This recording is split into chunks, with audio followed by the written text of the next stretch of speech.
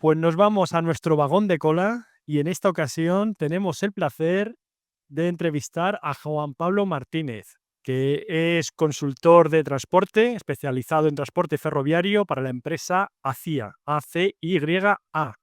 Como ya os adelantamos, íbamos a ir recorriendo distintos países por el mundo para analizar el estado de su sector ferroviario y en este caso nos vamos muy lejos, nos vamos hasta Argentina y allí ya nos espera Juan Pablo. Hola Juan Pablo. ¿Qué tal? Buenos días o buenas tardes. ¿Qué tal, Juan Pablo? Pues nada, encantado de tenerte aquí. Así que nada, expectantes ante todo lo que nos puedas contar sobre el sector ferroviario en Argentina. Juan Pablo, cuéntanos sobre ti. ¿Quién eres? ¿Cuál ha sido tu trayectoria en el sector ferroviario y a qué te dedicas en él? Bueno, soy ingeniero, me gradué hace más de 50 años ya, hice un posgrado en ferrocarriles, ingresé al ferrocarril en la Argentina, trabajé unos pocos años en el sector operativo, luego me retiré del ferrocarril, anduve en otros lugares siempre vinculado a transporte, volví al ferrocarril como gerente de planeamiento o planificación, donde estuve varios años. Y luego, bueno, me retiré cuando comenzó el ciclo privatizador, en el cual participé, quiero decir, y punto. Y después dedicado a estudios de consultoría en temas, sobre todo bastante de metros y, y bueno, y también ferrocarril. Bueno, pues vamos a meternos de lleno ya en el sector ferroviario argentino. Si nos puedes un poco describir cuál ha sido tradicionalmente la evolución de este sector allí en Argentina, desde que aparecieron los primeros trenes, las primeras locomotoras, hasta la actualidad. ¿Cuál ha sido la evolución del sector ferroviario? Bueno, hubo un primer periodo que comenzó en 1857. Primero el crecimiento fue modesto, el territorio era enormemente grande, desierto, el crecimiento fue modesto. Llegamos a 1890, ahí comenzó una especie de periodo, algunos lo llamarían de oro, pero en realidad fue también un periodo de locura porque entre 1890 y 1915 se construyeron aproximadamente 1000 kilómetros por año, que para un país que en ese momento tenía 4 millones de habitantes o menos era, bueno, heredamos, luego el desarrollo continuó, llegamos a tener 45.000 kilómetros, pero fue siempre, opinión mía, un sistema sobredimensionado, que inevitablemente le tenía que llegar el ajuste cuando apareció el modo de transporte terrestre competidor. Y más a la actualidad, ¿qué han sido las últimas evoluciones? Bueno, tuvimos unos 30 años, 40 años de gestión estatal, durante el cual el ferrocarril declinó, declinó sobre todo en el transporte de mercancías. Y bueno, en 1990, el entonces presidente, Menem se llamaba, eh, aplicando una política que nadie, ni los que lo habían votado, ni los que no lo habían votado, suponía, lanzó la privatización de todos los servicios públicos, empresas públicas e incluso del ferrocarril con un modelo de concesión. A partir de ahí hubo un periodo de fuerte recuperación de la demanda del transporte de mercancías, con altibajos por supuesto, pero a partir de los años 2000, los sucesivos gobiernos no simpatizaron con esto, con este proceso y en definitiva tendieron a la, sin decirlo claramente, a la reestatización y se buscaron algunas coartadas. En un momento dado se decidió traer de España precisamente el, el sistema de explotación de acceso abierto, competitivo, o sea, se creó una entidad llamada ADIF, que es el mismo nombre que tiene en España, ¿verdad? Y bueno, pero no pasó nada, el transporte de cargas tuvo algunas concesiones privadas que funcionaron muy bien y siguen funcionando, y otras que no, que terminaron mal y fueron reestatizadas, y realmente el ferrocarril está en un nivel muy por debajo del nivel de captación del tráfico de mercaderías que pueda justificar un sistema tan grande en el futuro. Y bueno, y estamos viendo ahora, el actual gobierno tiene que definir una política. Y en toda esta historia del ferrocarril en Argentina hasta nuestros días, ¿cuál ha sido este proyecto estrella bajo su punto de vista y qué características ha tenido o tiene? El ferrocarril argentino, en nuestro caso, si por proyecto estrella entendemos algo como lo que pudo ser en el caso de ustedes el AVE, ¿no? O acá no ha habido nada de eso, porque hemos tenido un sistema que se ha modernizado muy lentamente, pero no ha habido un proyecto estrella. En lo institucional y organizacional, yo sí consideraría un proyecto estrella por el éxito que tuvo que el sistema de concesionamiento privado de los servicios de mercancías, nosotros decimos de cargas, ¿no? Entre 1990 y 1995 se copió el modelo norteamericano, el modelo de explotación integral, donde el concesionario es responsable de todo. Em, el sistema funcionó bien en algunas concesiones, terminó mal en otras, y bueno, y luego vino un ciclo en el cual los gobiernos, digo todos gobiernos anteriores al actual, no supieron qué hacer con este problema, no tuvieron convicción, no tuvieron competencia, entonces el sistema quedó estancado, el sistema de concesiones privadas no tuvo el apoyo que habría merecido en función de los resultados, y bueno, y estamos vegetando ahí, está para que darles una idea, estamos en el orden de 10.000 millones de toneladas kilómetros de mercancías. Está bien, es casi el doble de que lo que tiene España hoy, creo, pero es muy bajo. Es decir, somos un sistema de baja utilización. Nos has mencionado ya varias veces el uso del transporte ferroviario para mercancías. Entiendo que allí en Argentina la relevancia o el peso que tiene el transporte de mercancías por tren es muy elevado comparado con el de pasajeros. Sí, a ver, nuestro territorio muy amplio, ¿no? Muy extenso, con baja densidad de población, con ciudades importantes, pero mucho más alejadas que en Europa, determina que las demandas para prestar servicios de pasajeros como debe ser, las demandas sean muy vastas.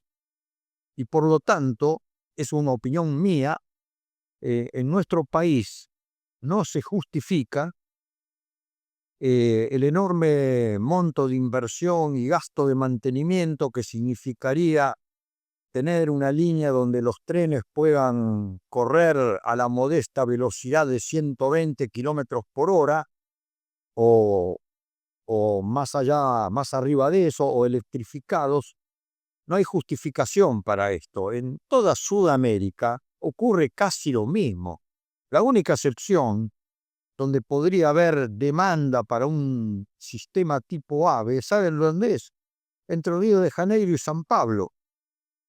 San Pablo, 25 millones de habitantes, Río 10 o 12, distancia 400 kilómetros, ahí se dan las condiciones como Madrid, Barcelona, qué sé yo, pero en el resto no.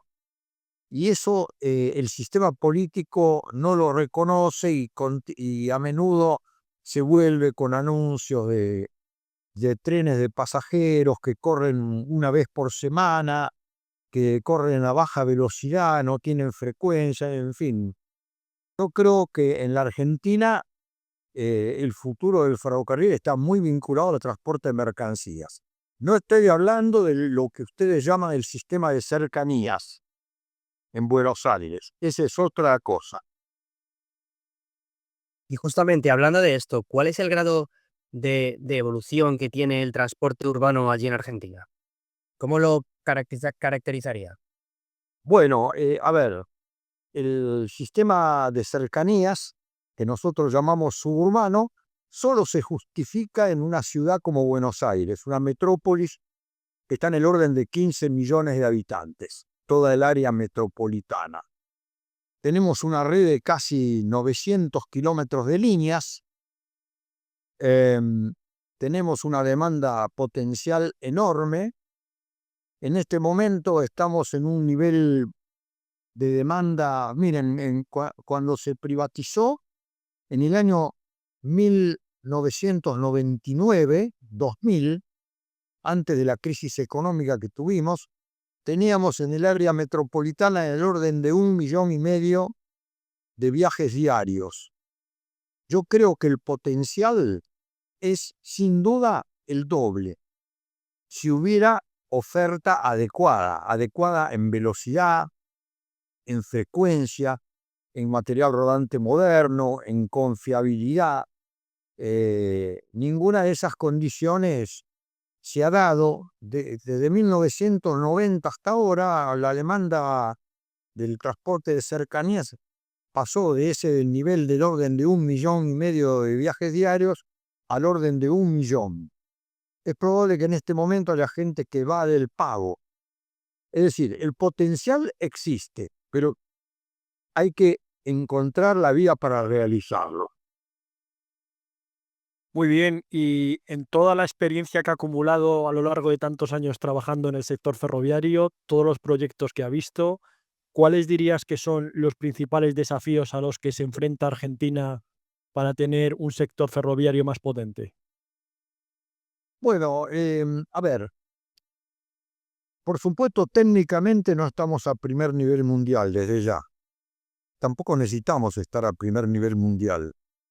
El problema que tenemos no es técnico, tenemos una suficiente base de ingeniería como para construir y mantener las infraestructuras con el nivel necesario a las demandas que vamos a atender. El punto débil para nuestro sistema ferroviario es, yo diría, económico e institucional. Económico porque el sistema, salvo el sistema privado de mercancías, que se sostiene sin subsidio, la mitad del sistema de mercancías son 3 empresas que no demandan subsidio para funcionar, todo el resto es un sistema subsidiado y esto exige un Estado financieramente solvente. Y ustedes sabrán por la prensa internacional los problemas que tenemos hoy.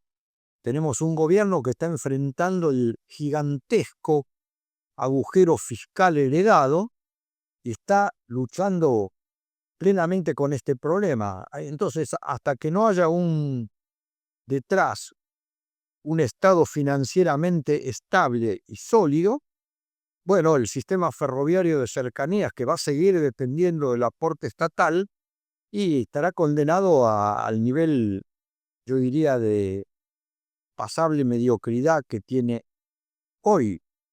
Pero lo esencial va más allá de lo económico-financiero, es lo institucional. Nuestro país viene desde hace décadas de una inestabilidad institucional. Cuando ustedes comparan lo que pasa acá con lo que pasa en Chile o en Uruguay, bueno, allí los gobiernos se alteran de un centro derecha a un centro izquierda, pero luego el rumbo se mantiene y las cosas van evolucionando. En nuestro caso, los gobiernos cambian y de pronto hay cambio de política de 180 grados. Los gobiernos que siguieron al año 2000 desconfiaron de la privatización, no la apoyaron, dijeron no, vamos a ir a la reestatización con un sistema de acceso abierto. Bueno, se intentó, ahora no hubo resultados, y ese es el problema que ahora está abordando el actual gobierno, que está trabajando en este momento en definir qué modelo va a seguir para el futuro de este sistema. Pero el día que el país alcance la estabilidad institucional, o sea, que los gobiernos se sucedan normalmente, aunque sean unos de izquierda y otros de derecha y no en forma de cataclismo, a partir de ese momento vamos a tener un escenario para que el ferrocarril tenga dura esperanza. Justamente nuestra última pregunta, iba efectivamente sobre eso. ¿Cuáles serían los nuevos proyectos a largo plazo que podría enfrentar el ferrocarril en Argentina, evidentemente teniendo esa estabilidad que es necesaria, como bien dice Juan Pablo?